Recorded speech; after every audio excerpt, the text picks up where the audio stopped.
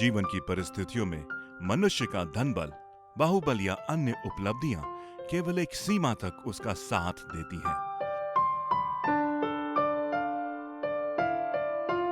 परंतु जब उसका विश्वास तथा आज्ञाकारिता परमेश्वर की विश्वसनीयता के साथ जुड़ जाती हैं, तो आश्चर्य कर्म होने लग जाते हैं।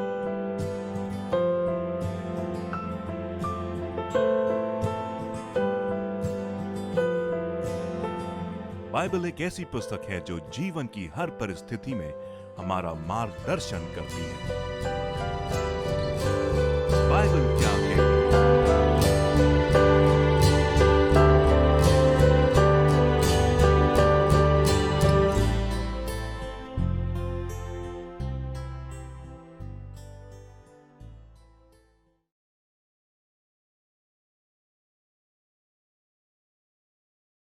प्रिय दर्शकों, हम नहीं जानते कि इस समय आपकी जिंदगी की कहानी किस तरह से चल रही है, किन परिस्थितियों को आप जी रहे हैं, झेल रहे हैं और कौन कौन सी बातें आपके साथ हो रही हैं।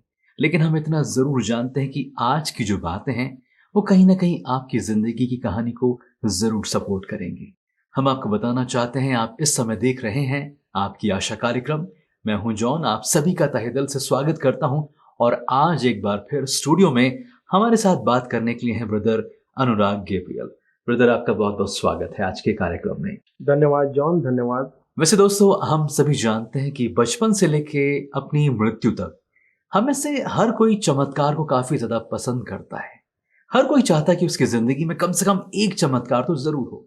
वो चमत्कार जो शायद उसकी फाइनेंशियल कंडीशन को चेंज कर दे, वो चमत्कार जो शायद उसके रिश्तों को सही कर दे, एक ऐसा चमत्कार जो उसे नया घर दिला दे, एक ऐसा चमत्कार जो उसे नई कार दिला दे, नई गाड़ी दिला दे, या फिर एक ऐसा चमत्कार जो उसके रुके हुए कामों को पूरा कर दे। लेकिन क्या है ये चमत्कार? क्यों होते हैं चमत्कार? कैसे होते हैं चमत्कार? और बाइबल इस विषय पर हमसे क्या कहती है? इन तमाम सवालों के जवाब आज हमें देने वाले हैं ब्रदर अनुराग गैब्रियल। तो ब्रदर, सबसे पहला सवाल तो यही कि चमत्कार आखिर है क्या? हम इसे कैसे समझ सकते हैं?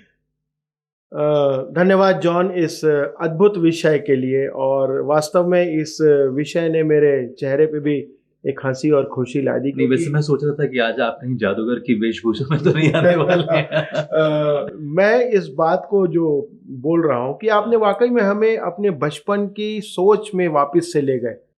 क्योंकि मैं भी आज देखता हूँ कि हमारे जो बच्चे हैं, यहाँ तक कि जवान लोग और बुजुर्ग लोग भी कई एक ऐसे कार्यक्रमों में मस्त रहते हैं और उसे देखने में बहुत ज़्यादा वो इंटरेस्टेड रहते हैं, जिसमें छोटे छोटे जादू दिखाए जाते हैं या कोई गैजेट है जो उनके लिए कुछ अनहोनी चीज़ों को होना कर देता है और उनके लिए उसे वास्तविक बना देता है। ये सारी चीज़ें लोगों को बहुत आकर्षित करती हैं, बहुत ज़्यादा उनको प्रोत्साहित कर देती हैं और उत्साह से भर देती हैं। तो वास्तविकता में ये मनुष्य की प्रवृत्ति है और हम इस प्रकार से जीना पसंद करते हैं। लेकिन एक दूसरी तरफ हम देखेंगे तो जब हम चमत्कार के लिए बात करें तो उसके पहले मैं इस बात को स्थापित करना चाहूँगा कि हमारे जीवन में डिजास्टर जो है, आपदा, ये भी अचानक से आती है। अभी आप देखेंगे कि अचानक से सुनामी आ गई, हजारों लाखों लोग जो है बेघर हो गए, कई लोग मारे गए। अचानक से बाढ़ आ गई और उसके कारण से बहुत से लोग जो है बेघर हो गए, मारे गए। अचानक से कहीं पर कोई बहुत बड़ा लैंडस्लाइड हो गया और उसके कारण बहुत बड़ा सरकारी नुकसान हो गया, हमारी संपत्ति का नुकसान हुआ, जन और माल का नुकसान हुआ। यहाँ तक कि हम कई बार इस बात को भी देखते हैं कि आते जाते अचानक से ऐसी दुर्घटना हो गई और कह रहे कि अभी तो ये मैं ठीक ठाक चल रहा था और सब कुछ खत्म हो गया। मैं पिछले दिनों पेपर में पढ़ रहा था कि एक लड़की है और वो लड़की जो है अपने मोबाइल में खेलते हुए या पढ़ते हुए क्या करते हुए वो चले जा रही थी और चलते चलते वो रोड के किनारे से चलते चलते वो अचानक रोड के ऊपर आ गई और एक टर्निंग से एक बड़ी सी ट्रक आई और ट्रक ने आकर के उस लड़की को इस प्रकार से मारा कि वो रास्ते पर ही उसकी मृत्यु हो गई अचानक। तो कई बार ये चीजें जो हमारे जीवन में अचानक से ऐसे गुजर जाती हैं, हम सोचते हैं कि हर प्रकार से दुर्घटनाएं, बुरी बातें या हमारे जो विरोध की बातें हैं वही हमारे जीवन में अचानक से आती है।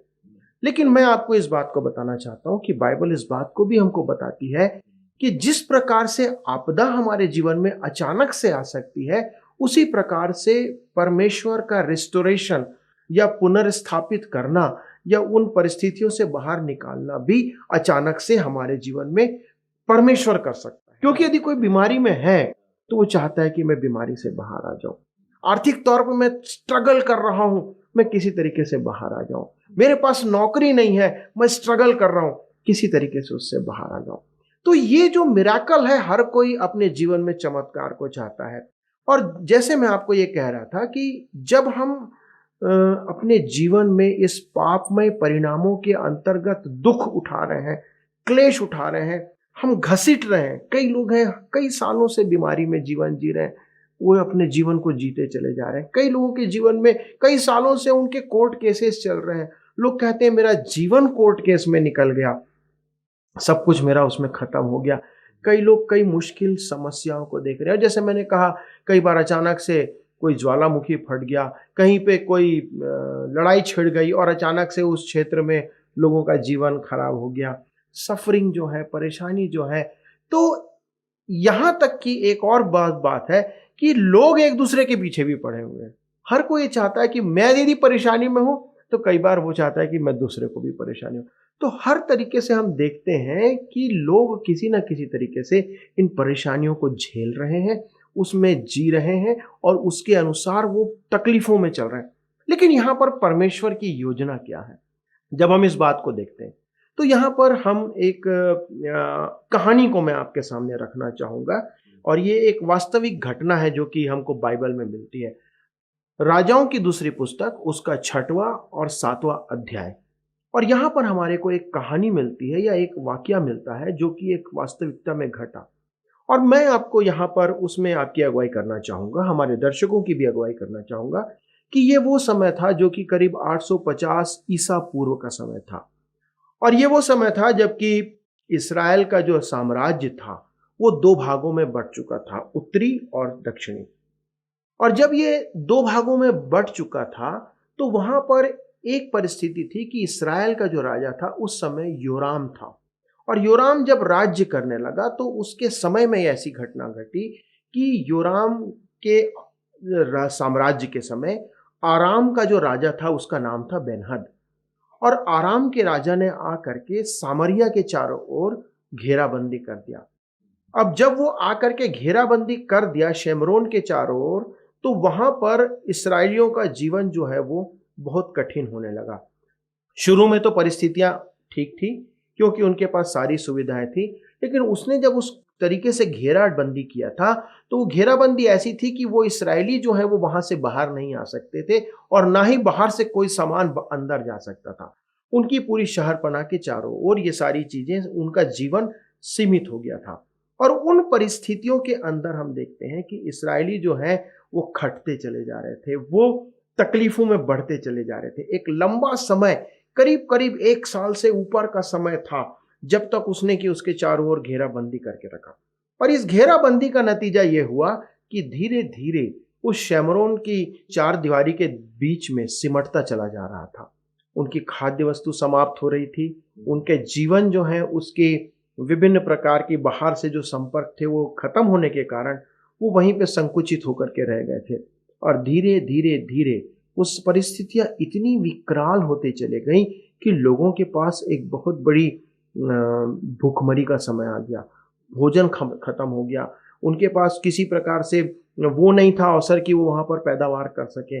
और महंगाई इतनी भयानक बढ़ गई कि लोग खाना और भोजन वस्तुओं को खरीदने के योग्य तक नहीं रह रहे थे। यदि आप उन परिस्थितियों पर थोड़ा सा विचार करें तो वो इतनी भयानक स्थिति थी कि एक कहानी वहां पर बताई गई है कि 2 महिलाएं हैं, वो राजा योराम के पास आती हैं और योराम के पास आकर के वो उस बात को बताती हैं जिस बात के कारण राजा अपने कपड़े फाड़ता है और विलाप करने लगता है। और वो कहानी इस प्रकार की थी कि वो महिलाएं जो थी, भूख इतनी भयानक हो गई थी कि उन महिलाओं ने इस बात के लिए निर्णय किया कि आज हम तेरे बच्चे को पका करके खा लेते हैं और कल मेरे बच्चे को पका करके खाएंगे। मतलब उनके पास भोजन के लिए कुछ भी सामग्री नहीं थी।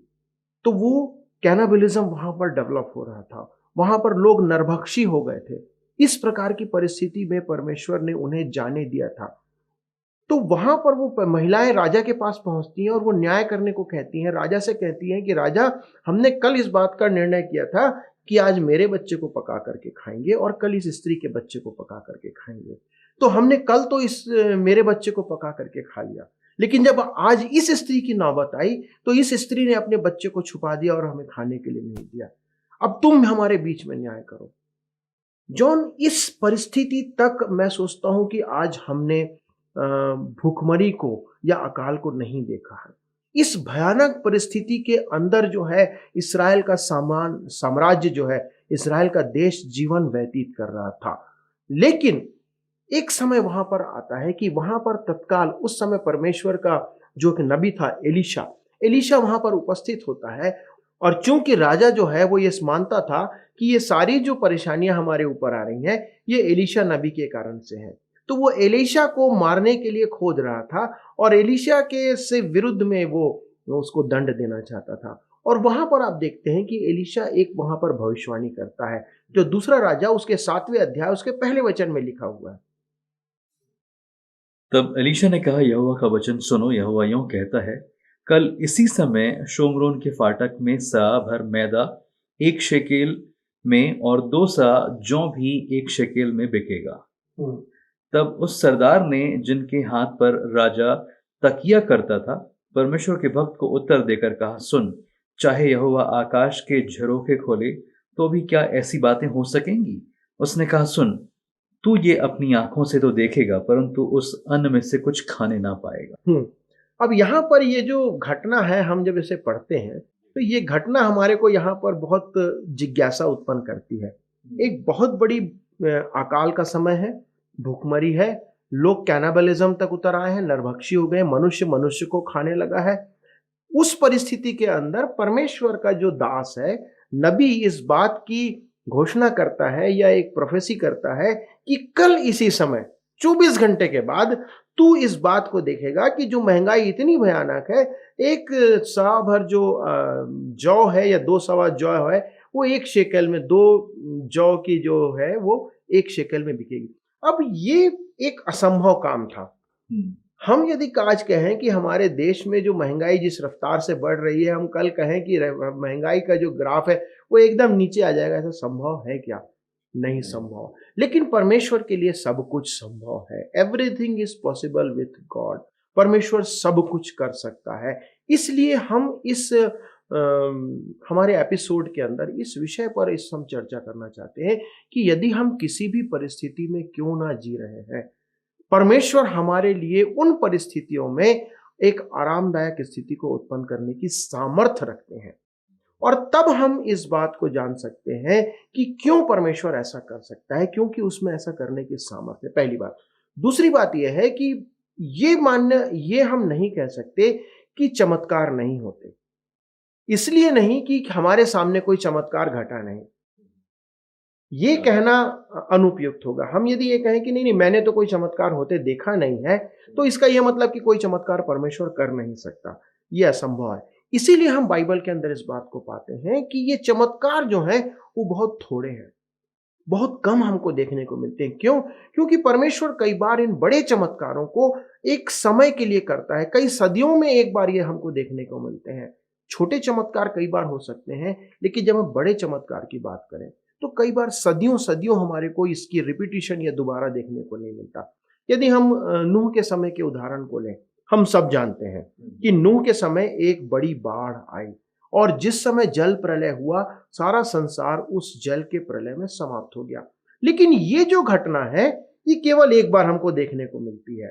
पूरा बाइबल इस बात को बताता है और यहाँ तक कि विज्ञान जो है वो इस बात के ऊपर इस बात को मानता है कि एक समय था पृथ्वी पर एक ऐसी बाढ़ हुई जिसमें सब कुछ समाप्त हो गया।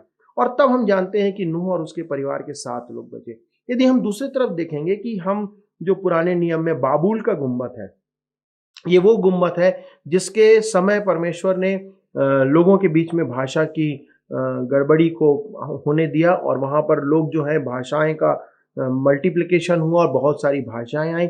तो भी ये समय है जो हम देखते हैं कि अपने आप में बहुत कम इस प्रकार की चीजें देखने को मिलती।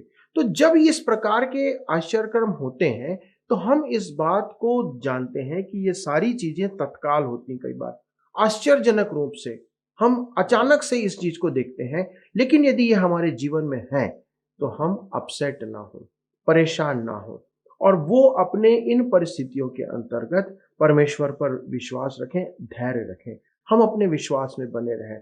और हम यदि वापस अपने उस सब्जेक्ट पर आते हैं जहां पर हम वो देख रहे थे कि किस प्रकार से वो महिलाओं के बीच में वो विवाद हो रहा था, तो उन परिस्थितियों में वो परमेश्वर का दास जो नबी है वो इस बात की घोषणा करता है। और तब आप देखते हैं कि वहां पर 4 कोढ़ी थे। 4 कोढ़ियों का जिक्र जो है बाइबल बताती है। और वो 4 कोढ़ी जो है, आप जानते हैं कि जो पुराने नियम में या यहूदियों की रीति रीति थी, वहां पर ऐसा नियम था कि जो उनके शहर की शहरपनाह होती थी, उस शहरपनाह के बाहर इन कोढ़ियों को रहने की आज्ञा थी, क्योंकि वो चाहते थे कि किसी दूसरे व्यक्ति को इस कोढ़ का रोग ना लगे। तो ये 4 कोढ़ी जो है वो उस शहरपनाह के बाहर रहते थे। और तब उन्होंने एक बात सोचा, और उन्होंने ये सोचा कि हम तो ऐसे ही बिना भोजन के मरने वाले हैं, और यदि हम कल मरे आज मरे मतलब एक ही समान है।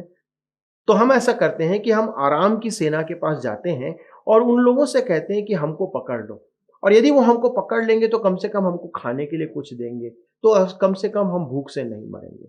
तो वहां पर वो इस निर्णय के साथ वो कहते हैं कि यदि हम यहाँ रहें तो भूख से मर जाएंगे, वहां रहेंगे तो कम से कम हमको शायद वो कुछ खाने के लिए, और हमको जिंदा रखें तो हमको कुछ खाने को देंगे।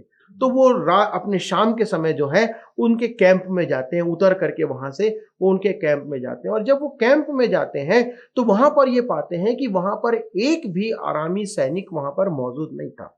उनके जितने भी टेंट थे वहां पर देखते हैं कि वो पूरा खाली पड़ा है, और उनके सोना चांदी, घोड़े, गधे, बैल, बकरे और साथ में भोजन, सारी वस्तुएं वहां पर छूटी हुई हैं। और तब बाइबल इस बात को बताती है, यदि आप 7वें अध्याय के 2, 3, 4 वचन को आप पढ़ते हैं तो वहां पर ये लिखा हुआ है कि रात के समय परमेश्वर ने भारी आवाज के द्वारा से उन लोगों को इतना भयभीत कर दिया कि उनको लगा कि ये इस्राएलियों ने कहीं शायद हित्ती और मिस्री लोगों को अपनी सहायता के लिए बुलाया है। और वो जो आरामी सेना थी, आराम की सेना इस बात से इतनी भयभीत हो गई कि वो अपने प्राणों को बचाने के लिए सब सामान को छोड़ करके भाग गए।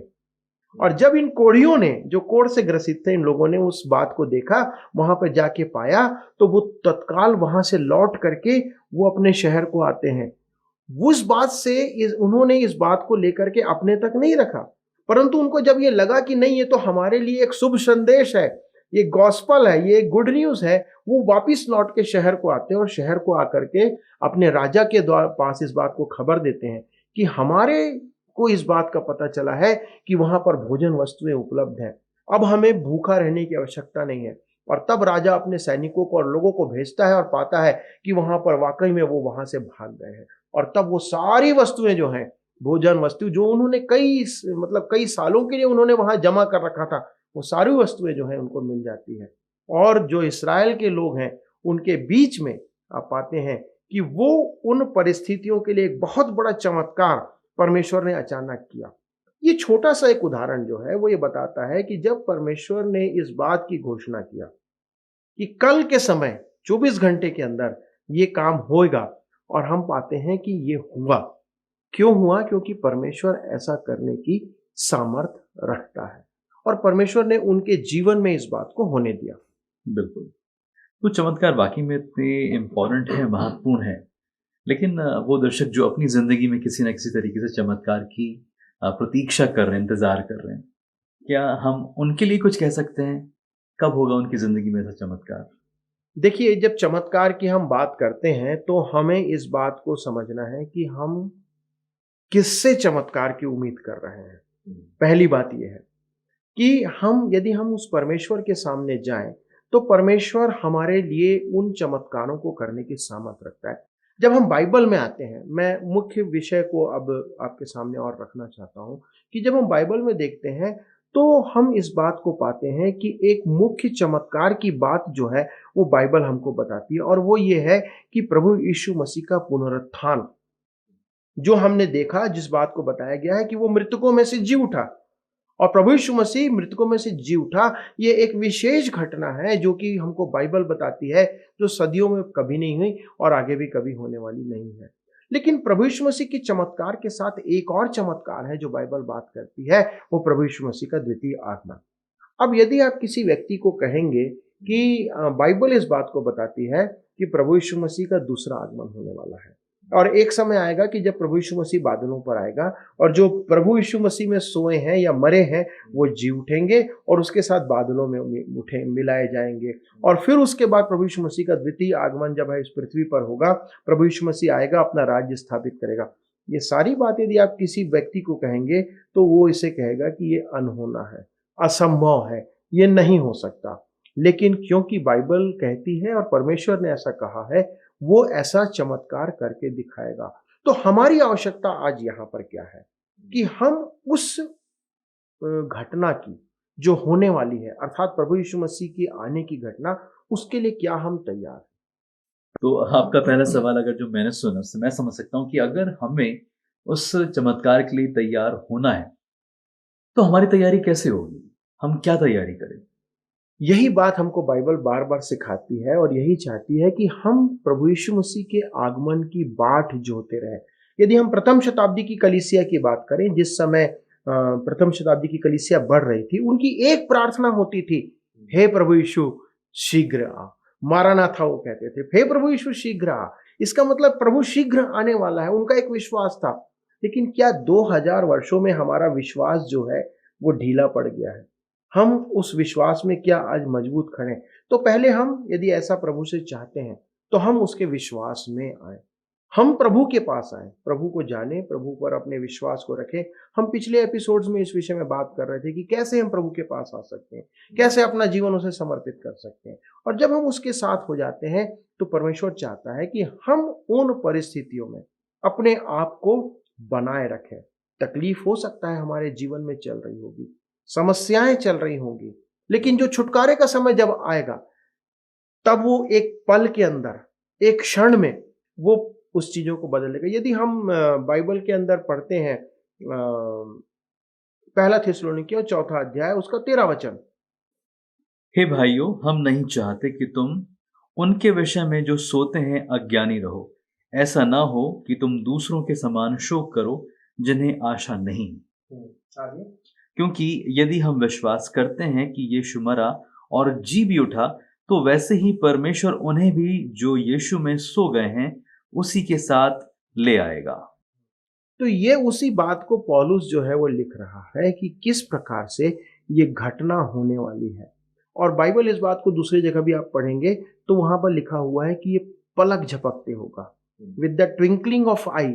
जैसे पलकों का झपकना होता है वैसे ही प्रभु यीशु मसीह का बादलों में आना होगा और एक पल के अंदर सब चीज बदल जाएगा। और ये चीजें जो हैं, लोग इसको कई बार इस चमत्कार को विश्वास करना नहीं चाहते, लोग नहीं समझते और समझना नहीं चाहते, लेकिन बाइबल इस बात को कहती है। तो आज हम जिस परिस्थिति में हैं, हम एक बात की बाट जोहते रहें। यदि हम यशायाह 40 और 31 को पढ़ते हैं, वहां पर इस बात को कहता है कि धन्य है वे जो परमेश्वर की बाट जोहते हैं। तो ये बाट जोहना, इंतजार करना हमारे को एक महत्वपूर्ण बात है कि हम अपनी परिस्थितियों में बाट जोहते हैं। आप पढ़िए यशायाह 40 का 31।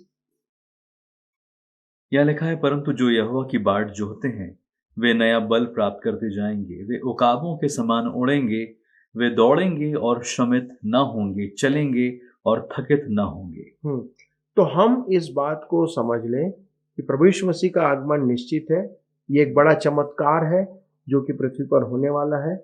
और इस बात को भी जान लें कि इस पूरे ब्रह्मांड में, इस पूरे यूनिवर्स में जो सबसे बड़ी अगली घटना होने जा रही है वह है प्रभु यीशु मसीह का बादलों पर आगमन और उसके साथ जो प्रभु में सोए हुए हैं या मरे हैं उनका जिलाया जाना। लेकिन इस बात को भी हमें समझना है और इस बात को मानने की आवश्यकता है कि ये घटना केवल उनके लिए होने वाली है जो प्रभु यीशु मसीह में है, जो प्रभु यीशु मसीह की बाट जो रहे हैं। जैसा लिखा है कि यहोवा की जो बाट जोहते हैं वो नया बल प्राप्त करते जाएंगे। यदि हम परेशानी में हैं, तकलीफ में हैं, विपत्ति में हैं, हम कराह रहे हैं, हो सकता है कोई बड़ी बात नहीं है, लेकिन वो कहता है कि जिस समय उसका समय आएगा उस समय वो सारी चीजें आपके लिए सफल कर देगा। सब जी उठेंगे, जो जीवित होंगे उस समय वो एक दिव्य देह में बदल जाएंगे और मसीह से बादलों में मुलाकात करेंगे। कई बार ये लगता है कि हम कार्टून की बात कर रहे हैं। नहीं, सोचने में बहुत ही अलग सा फील होता है। जी, जब आप इमेजिन करते हैं इसको तो अलग सा लगता है कि किस तरह से सब कुछ होगा, कि हमारी जो देह है वो अचानक ही महिमामय देह में बदल जाएगी, जो सोए हुए हैं वो दोबारा फिर से उठेंगे, जी उठेंगे। बाकी में बहुत अलग सा लगता है, शायद इसीलिए इसे चमत्कार कहते हैं, और ये होगा। और यही एक चमत्कार है जिसके विषय में वचन चाहता है कि हम इंतजार करें, क्योंकि ये कब होगा हम नहीं जानते, लेकिन ये होगा निश्चित, ये हम विश्वास करते हैं और ये भी जानते हैं कि ये उनके लिए ही होगा जो प्रभु पर विश्वास करते हैं, क्योंकि इसके बाद वो लोग जो उस पर विश्वास नहीं करते वो छोड़ दिए जाएंगे। उनके विषय में हम बाद में आगे बात कर सकते हैं। बिल्कुल। प्रिय दर्शकों, हम उम्मीद करते हैं कि हमारी इस बातचीत के द्वारा आपने आशीष पाई होगी। जैसा कि आज के एपिसोड में आपने जाना कि हम सब जो मसीह यीशु में हैं कुछ खास का इंतजार करें, और वो खास क्या है? जब प्रभु यीशु मसीह दोबारा आसमान में आएंगे अपने लाखों और करोड़ों स्वर्गदूतों के साथ। लेकिन बड़ा सवाल, क्या हम उसके द्वितीय आगमन के लिए या फिर दूसरे आगमन के लिए तैयार हैं? अगर हैं तो बहुत खुशी की बात है, लेकिन अगर अभी तक हम उसके आगमन के लिए तैयार नहीं हैं, तो हमारी प्रार्थना है कि परमेश्वर का वचन आपको मजबूती दे, ताकि आप अपनी जिंदगी में उन कामों को करें जिन कामों के द्वारा आप भी प्रभु यीशु मसीह के उस द्वितीय आगमन में बादलों पर उठा लिए जाएं। हो सकता है कि आपकी जिंदगी में समस्याएं हो, परेशानियां हो, हर किसी की जिंदगी में होता है। तो चलिए हम प्रार्थना करते हैं कि आपकी वो समस्याएं प्रभु यीशु मसीह इसी समय दूर करें और हमें और आपको तैयार करें, ताकि हम उसके महान आगमन के लिए, जो द्वितीय आगमन है, उसके लिए तैयार हो सके। आइए प्रार्थना करते हैं। पिता परमेश्वर, हम प्रभु यीशु मसीह के नाम को लेकर आपके सन्मुख आते हैं।